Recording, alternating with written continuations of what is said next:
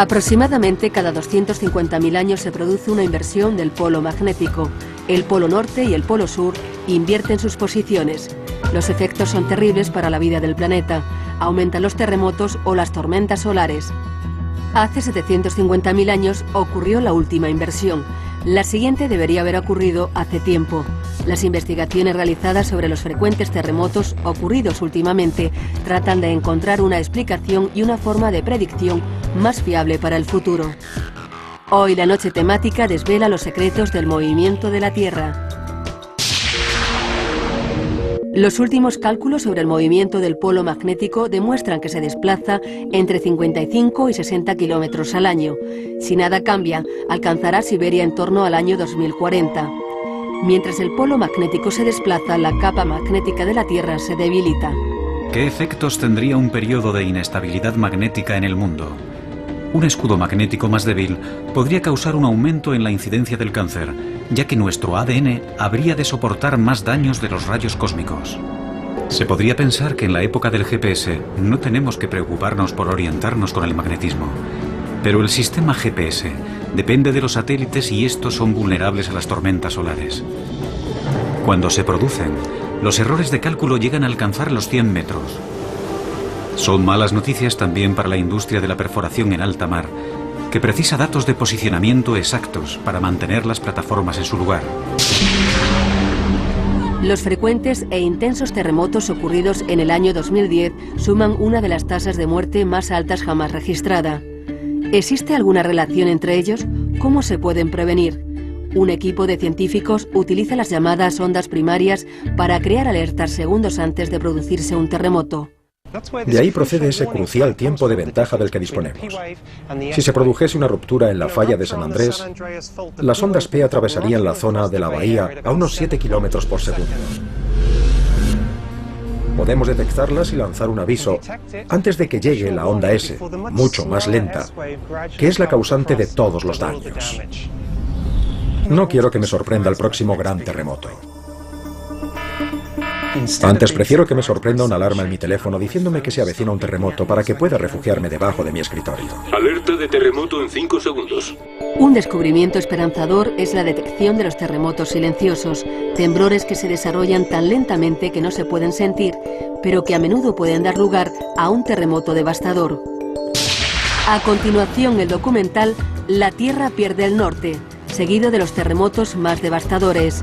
Hoy en la noche temática, la Tierra se mueve.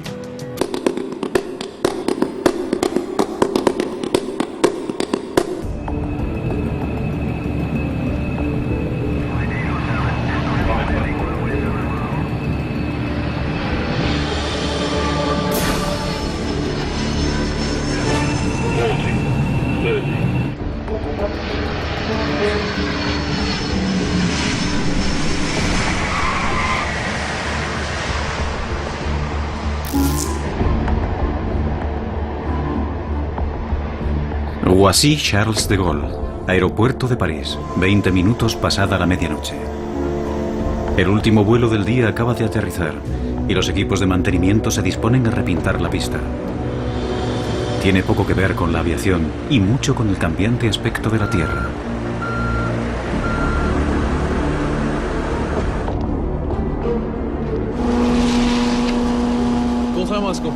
La mayoría de la gente no sabe que los números asignados a las pistas no se eligen al azar. Tienen una razón de ser. El número de cada pista corresponde a su rumbo magnético. Y tienen que cambiarse periódicamente porque en el polo norte magnético se desplaza hacia el norte real. Y la brújula del avión señala al norte magnético.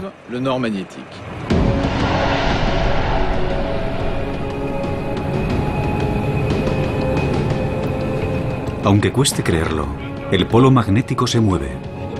Lo suficiente para que cada 5 años deba actualizarse su posición.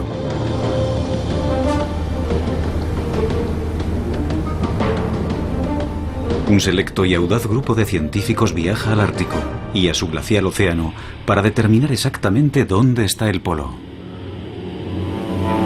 Dos veteranos científicos llevan a cabo esta tarea desde hace 30 años, el geofísico canadiense Larry Nuit y el geólogo francés Jean-Jacques Sorgeval. Empecé con la expedición del 73 y desde entonces he participado en todas. En el 84 estaba aquí. Encontrar el polo magnético es vital para todos los navegantes del mundo. Por extraño que parezca, la Tierra tiene dos polos norte y ahora se encuentran a 700 kilómetros de distancia. El polo geográfico es el eje de rotación de la Tierra, pero es el polo magnético el que atrae las agujas de las brújulas y el polo que ahora está en movimiento.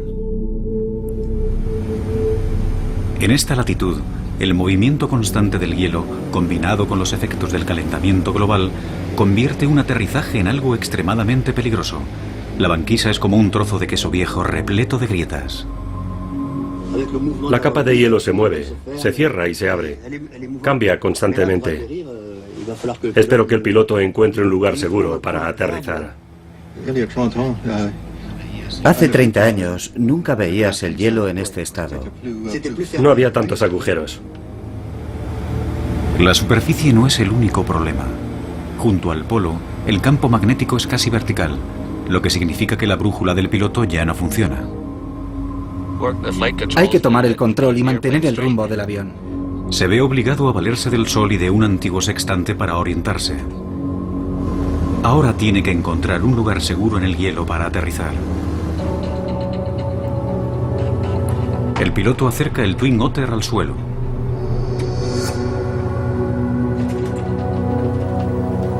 Luego roza el suelo con suavidad para comprobar que el hielo puede soportar el peso del avión.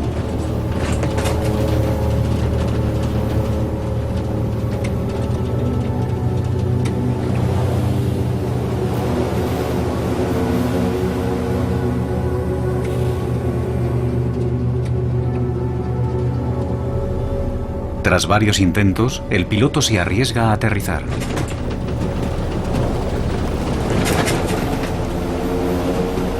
Se aferra a los mandos, preparado para reaccionar al más mínimo ruido de hielo rompiéndose. Si el avión de 5 toneladas se hundiera, nadie acudiría a rescatarlo.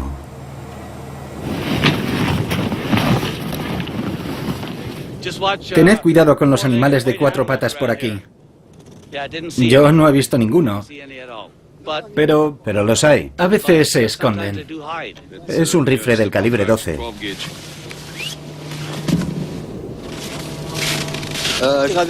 Acabamos de aterrizar en la banquisa con nuestro equipo polar. Estamos en 85 grados norte, 126 oeste.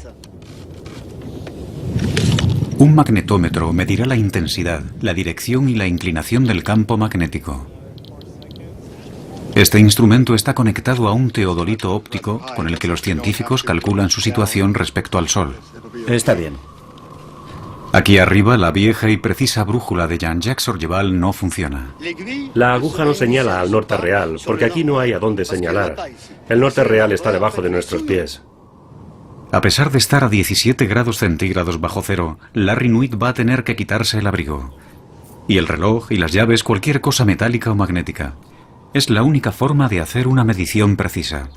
Esta operación se repetirá por toda la presunta región del polo. Solo entonces los dos expertos podrán determinar la posición oficial del polo magnético.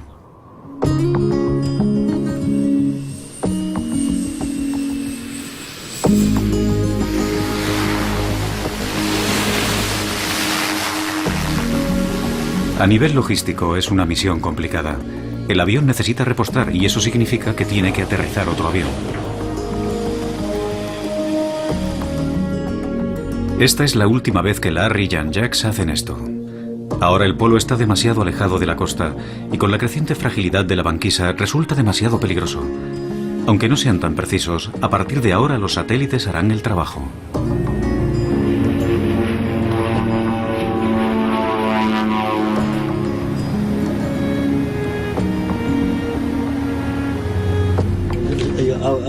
Antes de 1994, el polo ya se desplazaba unos 10 kilómetros al año de forma constante. En el 94 nos dimos cuenta de que estaba empezando a acelerarse hasta unos 15 kilómetros al año. Y en 2001 descubrimos que se había acelerado hasta unos 50 kilómetros al año. 50.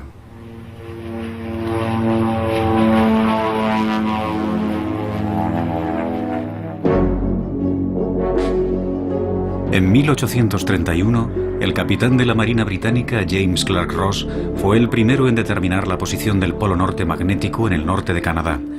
Desde entonces, el polo magnético se ha desplazado, increíblemente 2.000 kilómetros. Los nuevos cálculos demuestran que ahora se desplaza entre 55 y 60 kilómetros al año. Y si nada cambia, alcanzará Siberia en torno al año 2040.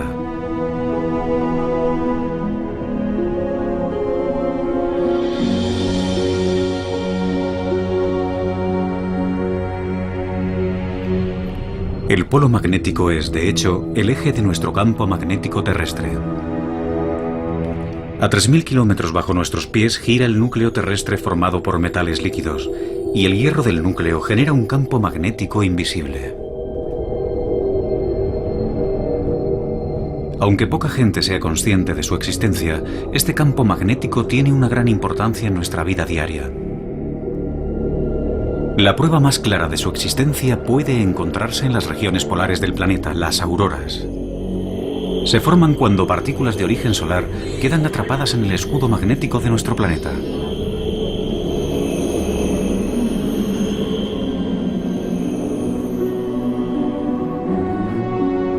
El escudo que rodea la Tierra a modo de burbuja protectora alcanza una altura de decenas de miles de kilómetros. Nos protege de partículas letales procedentes del espacio exterior e incluso de nuestro propio Sol.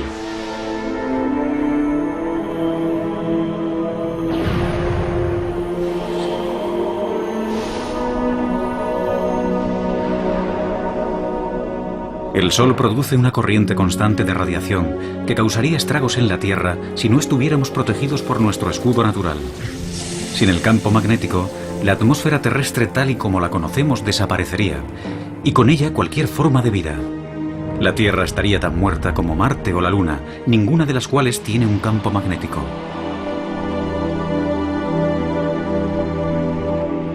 Pero la cuestión permanece. ¿Por qué se desplaza el polo magnético a tanta velocidad? ¿Y dónde terminará?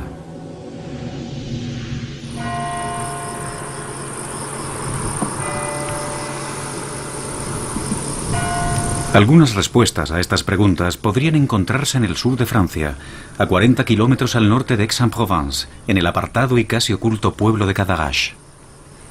Aquí se encuentran unas importantes instalaciones de la CEA, la Comisión de la Energía Atómica Francesa, donde se desarrolla la cuarta generación de centrales nucleares.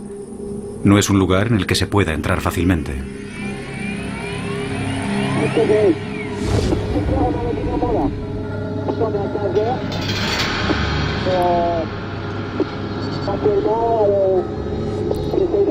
En este centro intentan comprender qué es lo que pasa a miles de kilómetros bajo nuestros pies.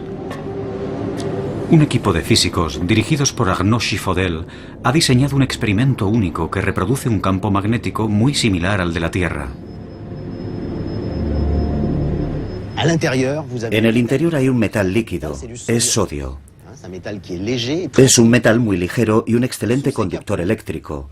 Debajo de estas campanas hay dos conductos, uno a cada lado, que conectan las turbinas del cilindro. Una gira en una dirección y la otra en la dirección opuesta, y producen muchísima energía. Ponen el fluido en movimiento, agitándolo como si fuera una batidora gigante. En determinadas condiciones, las turbulencias generan un campo magnético de la misma forma que el movimiento en el núcleo terrestre crea el campo magnético que mueve la aguja de tu brújula.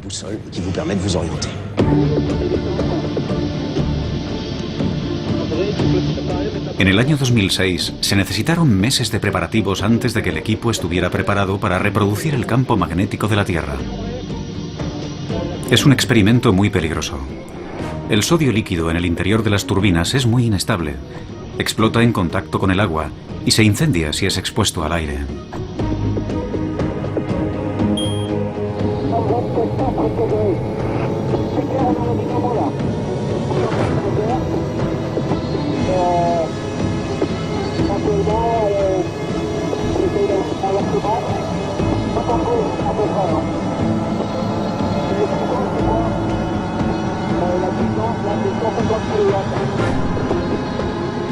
Ahora llega el momento de la verdad. Bien, el campo magnético se hace más fuerte.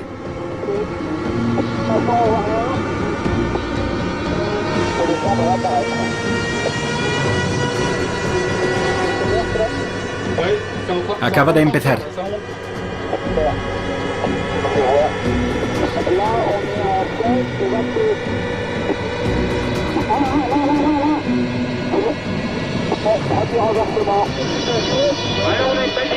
Se mueve, se mantiene, fluctúa. Bien, está en positivo, no lo pierdas de vista. Vamos a intentar hacer un par de mediciones. Los resultados son elocuentes. No solo han vuelto a replicar una vez más el campo magnético, también el campo se ha invertido. Y lo ha hecho más de una vez. Empezó a fluctuar en torno a estos valores y enseguida observamos la primera inversión. De repente volvió a cero y siguió en la otra dirección, y así más veces. Así que se invirtió de forma espontánea en una y otra dirección. La cuestión ahora es, ¿podría pasar lo mismo en el mundo real? ¿Podría el campo magnético terrestre y por lo tanto su polo magnético invertirse? ¿Podría darse la vuelta? La respuesta podría estar en el fondo del océano Atlántico. A lo largo de millones de años se han depositado sedimentos en el fondo marino. Muchos son de origen volcánico. Algunos de estos sedimentos contienen partículas metálicas. Al depositarse, señalan hacia el norte y nos dicen dónde estaba el polo en ese momento de la historia. El Marion Dufresne es el barco de investigación del Instituto Polar francés. Está equipado con una enorme máquina perforadora que puede penetrar en el fondo marino a 6.000 metros de profundidad.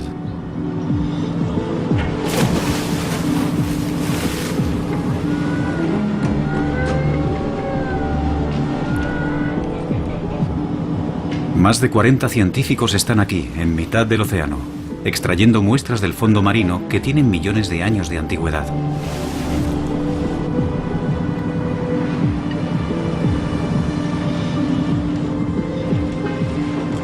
Es un trabajo muy delicado y físicamente exigente. Cada hora, la perforadora saca a la superficie pequeñas secciones del lecho marino. Los científicos creen que estas muestras podrían haber registrado la posición del polo magnético a través del tiempo geológico.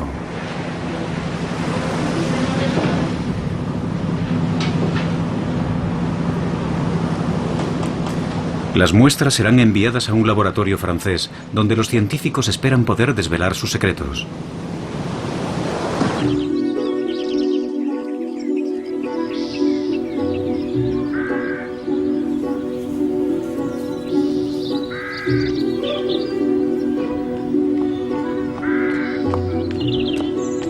Catherine Kissel trabaja aquí, en este castillo del siglo XVIII de Gif-sur-Yvette, al sudoeste de París, un elegante campus del Centro Nacional de Investigación de Francia. Hoy es un día importante para ella y su equipo. En unos instantes por fin empezarán a analizar las muestras de las profundidades marinas de la expedición atlántica.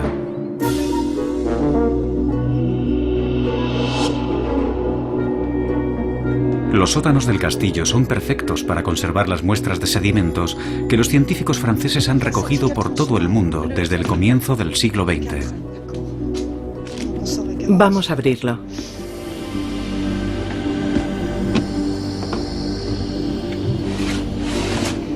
Así. Muy bien.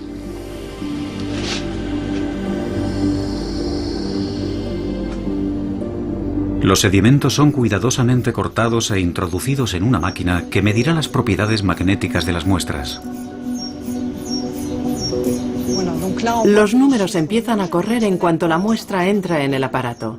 Ese tubo largo se detiene cada 2 centímetros para una medición instantánea de toda la información contenida en las partículas magnéticas del sedimento, especialmente la orientación magnética. Así podemos definir la posición del polo magnético a lo largo del tiempo.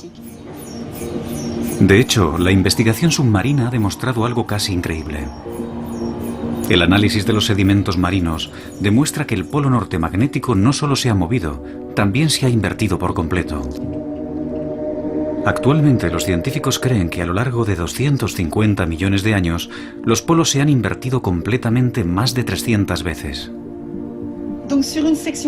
En una sección como esta, a veces detectamos una inversión de los polos. En un extremo del testigo, todas las partículas señalan en una dirección, por ejemplo, el polo norte, y en el otro extremo señalan al sur. Entre los dos, encontramos el mecanismo de inversión magnética que puede observarse con mayor o menor detalle dependiendo del grosor del sedimento correspondiente a la inversión. El polo magnético se desplaza de norte a sur y viceversa aproximadamente cada 250.000 años. La última inversión sucedió hace 780.000 años. La siguiente hace mucho que tenía que haber sucedido. Es un fenómeno natural de nuestro planeta. Los polos se invierten. Volverá a pasar. ¿Pero cuándo? Esa es la gran pregunta. Tras pasar los últimos 30 años estudiando el polo, Larry Nuit está seguro de que el polo norte magnético se desplaza cada vez más y más deprisa. Y se pregunta si eso significa que seremos testigos de una reversión geomagnética cuyas consecuencias le preocupan.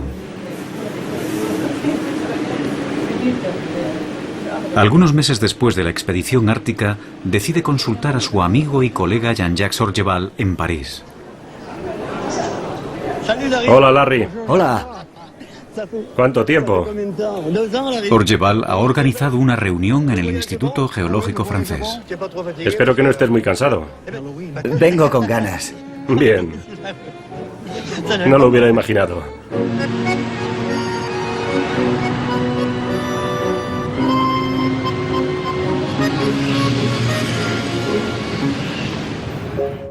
Hace más de un siglo que los científicos estudian aquí el núcleo magnético terrestre.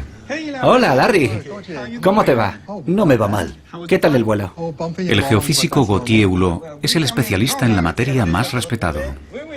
Hola, ¿qué tal? ¿Todo bien? Sí, todo bien. Bueno, ya estamos aquí. Bien, muchas gracias. Vamos a empezar. Hulot ha dedicado muchos años al estudio del campo magnético de nuestro planeta. Él sabe mejor que cualquiera lo que sucedería si se produjera una reversión geomagnética. El campo magnético disminuye. Cada vez es más débil y menos bipolar. Se está produciendo una reversión. Existe un momento en la vida de un campo magnético en el que el campo magnético no tiene solo dos polos, uno norte y otro sur. Tiene muchos polos y no es tan fuerte. Cuando la gente piensa en una inversión de los polos, imagina que el norte magnético empieza a desplazarse hacia el sur y que el polo sur magnético empieza a desplazarse al norte. Lo que sucede en realidad es que el campo magnético se debilita hasta tener solo un 10% de su fuerza actual. Y cuando eso sucede, el campo magnético se hace cada vez menos bipolar. Eso significa que en la superficie terrestre aparecen numerosos polos magnéticos, varios polos norte magnéticos y varios polos sur magnéticos. Y todos esos polos comienzan a moverse y a entrecruzarse en un complejo baile. El baile solo termina cuando el campo magnético vuelve a fortalecerse. A medida que se fortalece, los polos magnéticos se funden gradualmente hasta que volvemos a tener una situación bipolar, con un polo norte magnético y un polo sur magnético. Cuando el proceso de la reversión geomagnética se produzca, podría durar miles de años. Durante ese tiempo, el escudo magnético será como un colador para los rayos cósmicos. ¿Qué será de nosotros cuando perdamos la mitad o más del escudo que protege a nuestro planeta? ¿Se convertirán las radiaciones solares y cósmicas en una amenaza para la vida en el planeta? En los últimos 150 años, el escudo magnético ha perdido un 15% de su fuerza. Y cada año pierde más. ¿Es esta la señal de que la reversión geomagnética ya ha comenzado? A Gauthier Hulot le preocupa lo que ve en el Atlántico Sur. Hay sitios de la superficie terrestre que tenemos que vigilar. Por ejemplo, el Atlántico Sur. La así llamada anomalía del Atlántico Sur es una zona donde el campo magnético es mucho más débil que en otras regiones en la misma latitud. Sabemos que una cascada continua de fenómenos similares es lo que conduce a la reversión.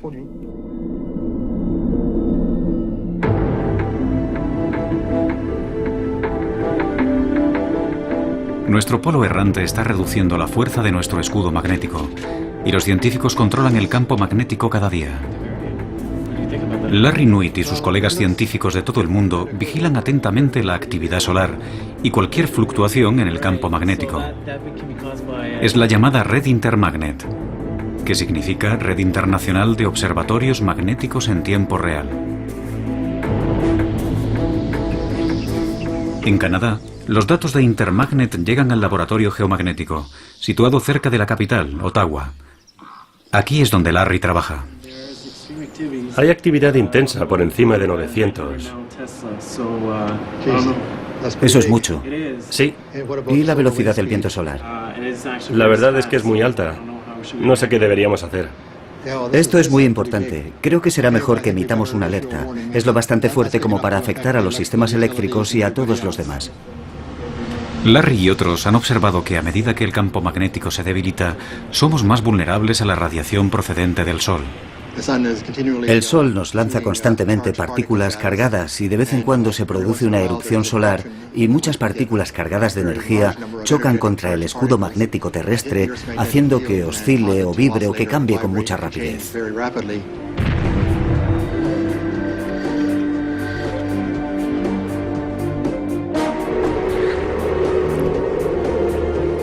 Ahora, en las latitudes más septentrionales, el escudo es mucho menos eficaz y los efectos de las tormentas solares mayores.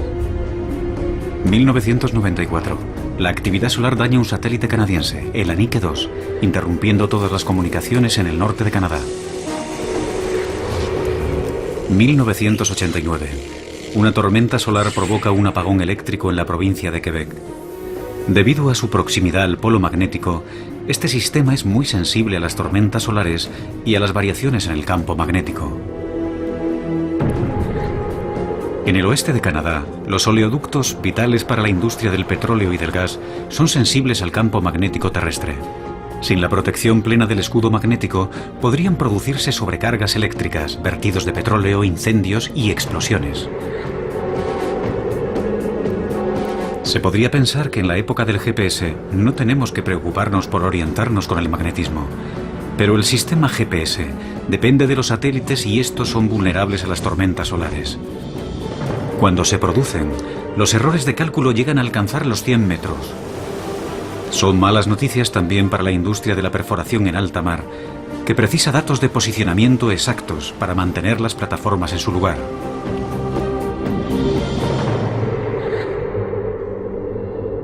Si queremos entender los problemas que provocaría un escudo magnético débil, solo hemos de pensar en los astronautas. Ellos ya lo están experimentando. La NASA tiene que tener en cuenta el nivel del campo magnético cuando planea un paseo fuera de la Estación Espacial Internacional. Y lanza un beso.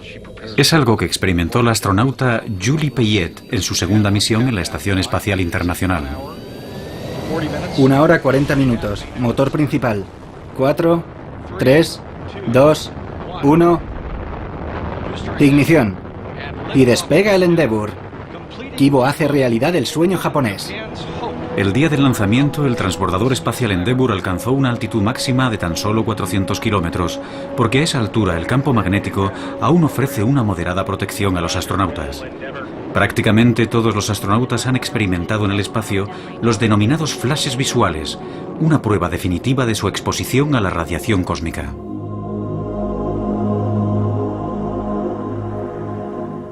Debes mantener los ojos cerrados y adaptarte un poco en la oscuridad antes de poder percibir esos flashes de luz pasando por delante de tus ojos. Son como una estrella fugaz que pasa por delante de tus ojos. Es muy rápido, luego desaparece y solo hay oscuridad. No son muy numerosas, así que no es como fuegos artificiales o como un fogonazo. Es uno y luego tienes que concentrarte y puede que veas un segundo, tal vez. Experimentos realizados a bordo del transbordador espacial demuestran que esos fogonazos se producen cuando partículas del espacio exterior, cargadas eléctricamente, chocan con la retina en el ojo. Un par de experimentos más. Esto se llama Altia y mide las radiaciones cósmicas. Metemos la cabeza en este aparato y así podemos saber con precisión cuándo se produce una alteración visual con unos sensores que miden el impacto de la energía cósmica. Si sabemos que la actividad solar va a ser especialmente intensa, que lanzará partículas cargadas hacia la Tierra y por lo tanto a la nave espacial en órbita, nosotros a veces nos protegemos en sitios de la estación, sitios que están más protegidos que otros. Nos llamarían desde Tierra y nos dirían que se esperan erupciones solares y que es mejor que vayamos a esas zonas mejor protegidas hasta que termine la tormenta. Y después seguimos con nuestro trabajo. Muchas investigaciones que ahora se llevan a cabo en la estación espacial intentan comprender mejor el fenómeno de la radiación, cómo afecta al cuerpo humano y cómo protegernos de ella.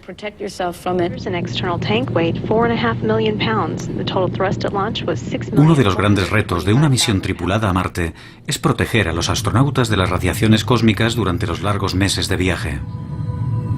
Si se produjera una tormenta solar fuerte, los astronautas podrían morir. Los rayos cósmicos pueden penetrar prácticamente todas las superficies y atravesar el cuerpo humano. En contacto con una célula, podría atravesarla sin producir ningún efecto, matarla o provocar que la célula mute y se convierta en cancerosa. Los científicos creen que los rayos cósmicos también podrían dañar o afectar los circuitos de los ordenadores de una nave espacial. Por esa razón, el transbordador espacial lleva 5 ordenadores que trabajan en paralelo y votan democráticamente para decidir qué información es correcta. Si el campo magnético deja de proporcionar la protección adecuada, tendrán que adoptarse medidas similares aquí en la Tierra para los aviones y los sistemas informáticos.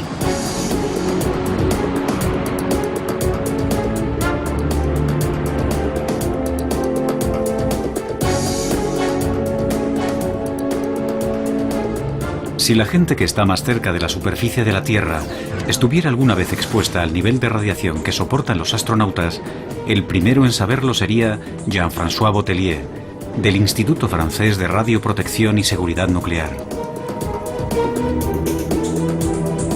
Hoy Botellier tiene una misión que cumplir. Está a punto de embarcar en un vuelo rumbo a Canadá. Creo que deberíamos separarnos aquí para pasar el control de seguridad. Nos veremos en el avión. Les damos la bienvenida al vuelo número F233. El tiempo de vuelo estimado es de 4 horas y 23 minutos. Sin duda, Jean-François Botellier no es un pasajero normal. Su equipaje incluye un ordenador que evaluará la exposición a las radiaciones cósmicas durante el vuelo. Este sistema ha sido desarrollado recientemente por la Autoridad de Aviación Civil francesa. Esto es lo que estamos midiendo. Los niveles inferiores registrados en tierra están ahí. Y la lectura aumenta con la altitud. A la altitud de vuelo, los niveles de radiación son de 10 a 15 veces más altos que en tierra. Y las partículas atraviesan la cabina del aparato. Y el detector dentro del aparato registra una señal. La Unión Europea exige que las líneas aéreas midan el nivel de radiación cósmica al que están expuestas sus tripulaciones. De hecho, deberán ser tratadas como trabajadores de la industria nuclear. En un vuelo transatlántico puede recibir la misma radiación que con una placa de rayos X.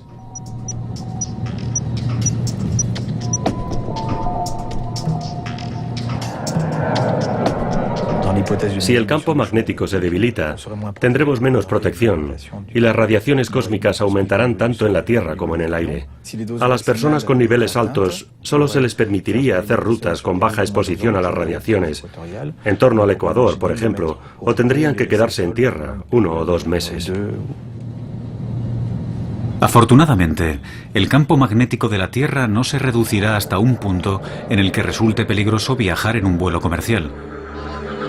Pero es posible que los cambios en el campo magnético estén afectando ya a los animales. Cada año muchas especies de animales migran miles de kilómetros para alimentarse y reproducirse. Son capaces de localizar la ubicación exacta de su nido con una precisión de 1 metro.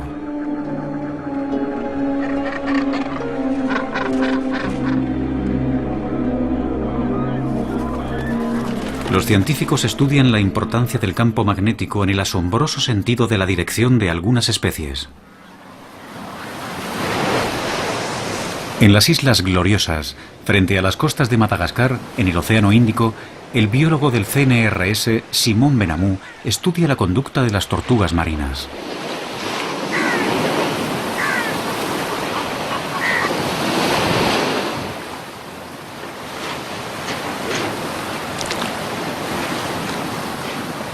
Benamou cree que esta especie tiene un sistema de navegación biológico que utiliza el campo magnético terrestre. Una buena forma de comprobar cómo navegan estos animales es sacándolos de sus áreas de reproducción o de sus nidos y liberarlos a una buena distancia para ver cómo vuelven a casa. Para demostrar su teoría, captura ejemplares a los que coloca una radiobaliza que le permite seguir los movimientos vía satélite. Hay que evitar cualquier contacto. En las cabezas de algunas tortugas pegan un imán 100 veces más potente que el campo magnético terrestre. Está bloqueada.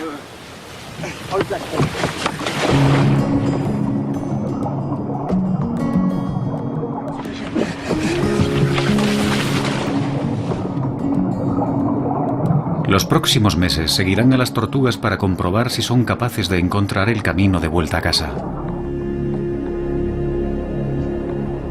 Las tortugas llevan en la Tierra mucho más tiempo que los humanos. Pero también nosotros hemos estado sometidos a las idas y venidas del escudo cósmico en sus constantes vagabundeos. Puede que el polo no se haya invertido totalmente muchas veces a lo largo de la historia del hombre, pero según Catherine Kissel, sí ha hecho largas excursiones.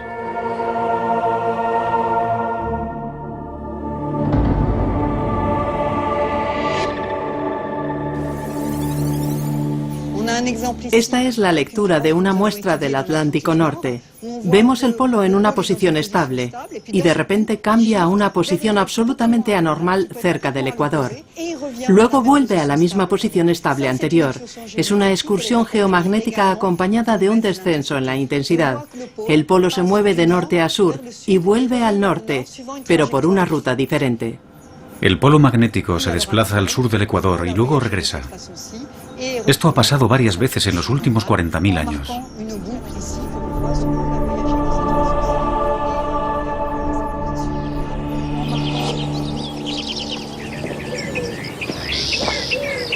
Pero no es necesario retroceder decenas de miles de años para encontrar evidencias de que la intensidad del campo magnético ha experimentado cambios. Se han encontrado pruebas de ello en la hermosa arquitectura de la región de Borgoña, en Francia. Agnès Genevey trabaja en el Hospicio de Beaune del siglo XV. Ella es una arqueóloga especial, una arqueomagnetista.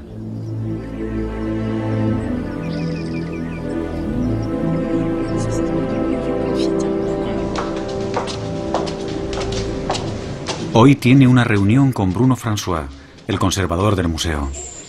Espera lograr convencerle de que le deje un fragmento de una vieja baldosa de cerámica del suelo original. La necesita para poder elaborar un registro de las fluctuaciones del campo magnético terrestre en el pasado.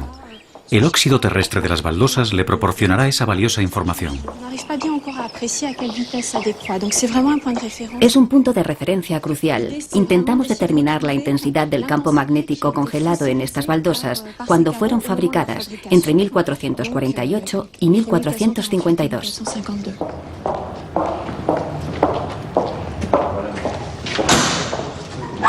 Detrás hay una puerta oculta, una puerta cerrada con llave.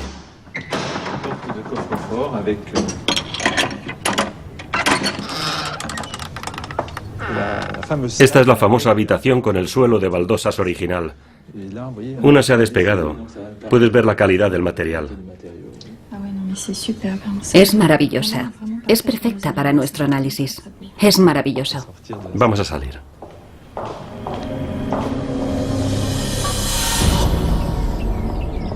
Para conseguir que las baldosas revelen sus secretos, Agnès tiene que someterlas a un largo y meticuloso procedimiento en el laboratorio. Para empezar, toma una muestra de la parte de atrás de una de las baldosas de Beaune. Larry y Jean-Jacques han sido invitados al laboratorio del Instituto de Geofísica para proseguir sus investigaciones. Este es el instrumento que usamos para medir la intensidad. Esto es un magnetómetro de vibración triaxial. A continuación, las muestras son calentadas y enfriadas para devolverlas a su estado magnético original. El sistema ha empezado a vibrar. Este es el escudo magnético que anula el campo magnético terrestre. Exacto, eso es. Este proceso proporciona información sobre el estado del campo magnético en el momento en el que fue fabricada la baldosa. En el interior el magnetismo es cero y podemos crear un campo magnético artificial. Sustituimos la primera lectura que obtuvimos cuando enfriamos la baldosa por una nueva lectura obtenida en un campo en el que controlamos la dirección y la intensidad. El equipo de Agnès funciona como una especie de máquina del tiempo.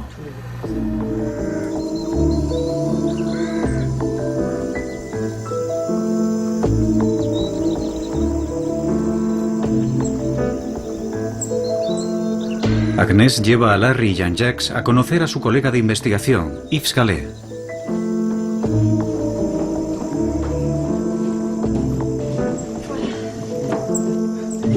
Lo maravilloso de las baldosas de Bonn es que sabemos con seguridad que son de mediados del siglo XV, entre 1448 y 1452 para ser exactos. Tenemos otros fragmentos de diferentes partes del mundo y lo más importante es que todos están datados con precisión. En estos cajones se guardan millares de valiosas muestras.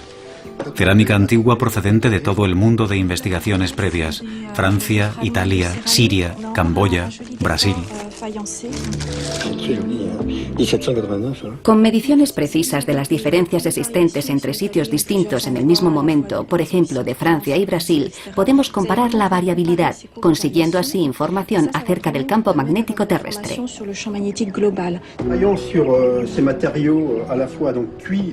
Los resultados de la comparación de fósiles magnéticos son sorprendentes. Demuestran que las variaciones en la intensidad del campo magnético durante el último milenio coinciden con cambios climáticos bruscos. Agnès e Yves van un paso más allá. En una teoría que aún ha de ser demostrada, se preguntan si los cambios en la intensidad magnética y los cambios climáticos asociados podrían haber determinado el curso de la historia. Muchos investigadores creen ahora que la caída de algunos de los imperios más grandes del mundo podría estar relacionada con fenómenos climáticos como las sequías. Esos cambios habrían causado hambrunas, la dispersión de la población y finalmente crisis políticas. La relación entre el clima y el campo magnético abre nuevas y fascinantes perspectivas en la historia antigua, especialmente en los momentos de transición, cuando unas sociedades desaparecían de la noche a la mañana mientras que otras florecían. En el Oriente Medio, el imperio acadio del antiguo Egipto cayó en torno al año 3000 a.C. Y en Centroamérica, en Yucatán, la civilización maya desapareció en torno al año 1000 después de Cristo. Agnès e Yves creen que los cambios climáticos están conectados con las variaciones del campo magnético. Pero la cuestión es, ¿cómo están conectados? Tal vez la respuesta se encuentre en la formación de las nubes. La abundancia de nubes hace que la temperatura de la Tierra disminuya, ya que las nubes reflejan la luz del Sol. Por la misma lógica, la ausencia de nubes hace que la temperatura aumente. El campo magnético terrestre podría haber desempeñado un papel importante en las variaciones en la formación de nubes, y el grado de nubosidad podría haber causado fluctuaciones climáticas rápidas en los últimos 1000 años.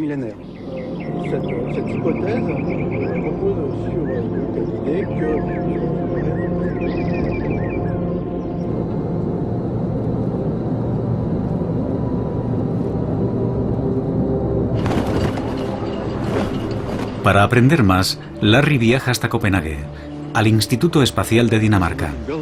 Aquí conocerá a Henrik Svensmark, quien trabaja en las relaciones entre los rayos cósmicos, las nubes y los cambios climáticos.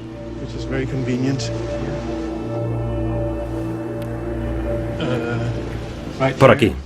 ¿Es aquí? Esta es la cámara de nubes. Como observarás,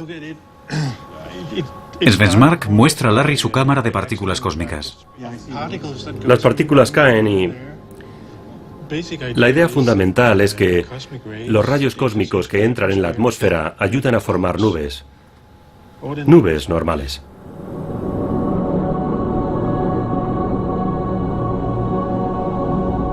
Los rayos cósmicos son partículas de alta energía que llegan del espacio exterior casi a la velocidad de la luz. Son más potentes incluso que los vientos solares. Si atraviesa el campo magnético, tiene que atravesar la atmósfera y entonces puede pasar. En esta cámara puedes ver el efecto de los rayos cósmicos. En la cámara, los rayos aparecen como estelas blancas. Svensmark cree que en la atmósfera el vapor de agua se condensa alrededor de estas estelas formando nubes. La forma en que esto sucede puede explicarse con un sencillo experimento. Tengo aquí una botella con un poco de agua. Si ahora cambio la presión y no hago nada más, no pasa nada. Pero si ponemos semillas de nubes, por ejemplo, poniendo dentro pequeñas partículas de humo, ya verás lo que pasa. Un poco de humo. Pongo un poco. Hay un poco de humo dentro. Dices que actúa como semillas. Es el mismo proceso que enfriarlo. Si ahora lo suelto... Sí, el cambio de presión. Y eso pasa simplemente porque has introducido la semilla necesaria para que se formen las nubes. De forma que si tienes semillas en la atmósfera, se formarán nubes de agua. El agua se condensa alrededor de las partículas de humo formando una nube en la botella. En su experimento, las semillas de las que habla Svensmark son los rayos cósmicos y podemos ver cómo influyen en el clima de la Tierra. Pero tenemos dos capas de protección contra esos rayos. El campo magnético de la Tierra, al igual que el del Sol. El escudo solar es cientos de veces más fuerte que el de la Tierra y protege todo el sistema solar. Pero el escudo solar tiene su propio ciclo y cuando se debilita, nosotros somos más vulnerables. Ahora parece que el escudo o campo magnético del Sol está disminuyendo. Así que tanto el campo magnético terrestre como el campo magnético solar están ahora disminuyendo. Los dos van en la misma dirección, y eso sugiere que en la actualidad nos encontramos en un período de enfriamiento de la Tierra. En este sentido, creo que la naturaleza demostrará lo importante que es comparado, por ejemplo, con las emisiones humanas de gases de efecto invernadero.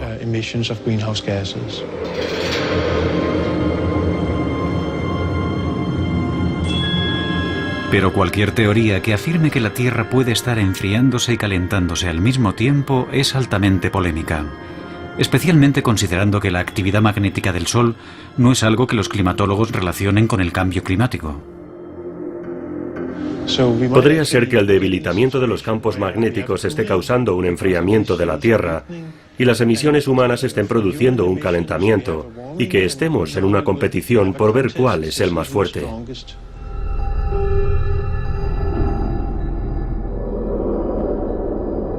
El Centro Europeo de Investigación, con sede en Ginebra, ha decidido invertir 15 millones de dólares para comprobar si la teoría de las nubes de Svensmark es correcta. Trabajar con el colisionador del CERN, el más grande del mundo, es la mejor forma de simular con precisión la radiación cósmica de alta energía. Los resultados se conocerán en los próximos años.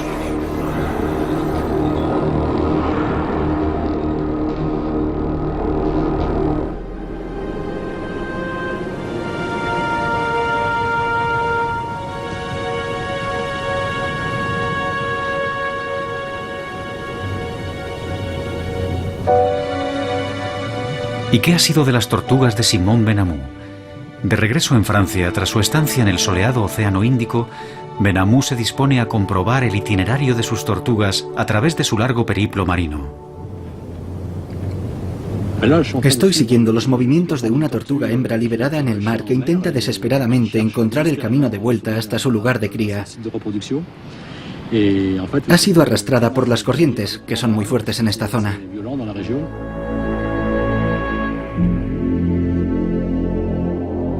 Para su sorpresa, pocos meses después, las tortugas terminaron encontrando el camino.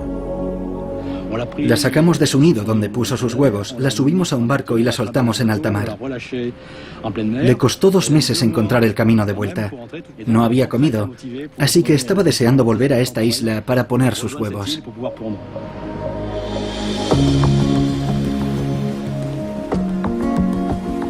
La investigación del Dr. Benamou demuestra que estos animales pueden, al final, confiar en otros mecanismos, como su sentido del olfato para encontrar su camino.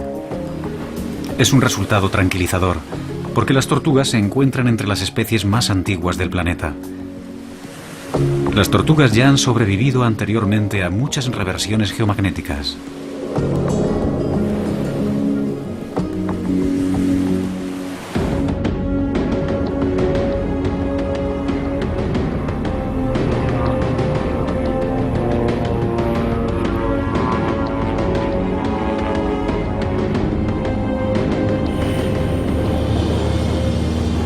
¿Qué sabemos realmente sobre este amplio y complejo tema?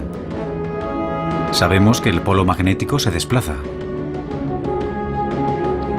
Los científicos están seguros de que los polos se han invertido cientos de veces en el pasado y que volverá a pasar de nuevo en el futuro.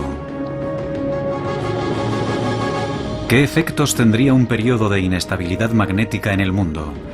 Un escudo magnético más débil podría causar un aumento en la incidencia del cáncer, ya que nuestro ADN habría de soportar más daños de los rayos cósmicos.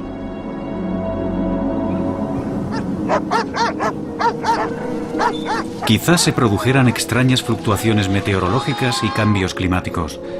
Tal vez los turistas del futuro que quieran contemplar la belleza de la aurora boreal tengan que viajar al Ecuador en vez de al norte del Canadá.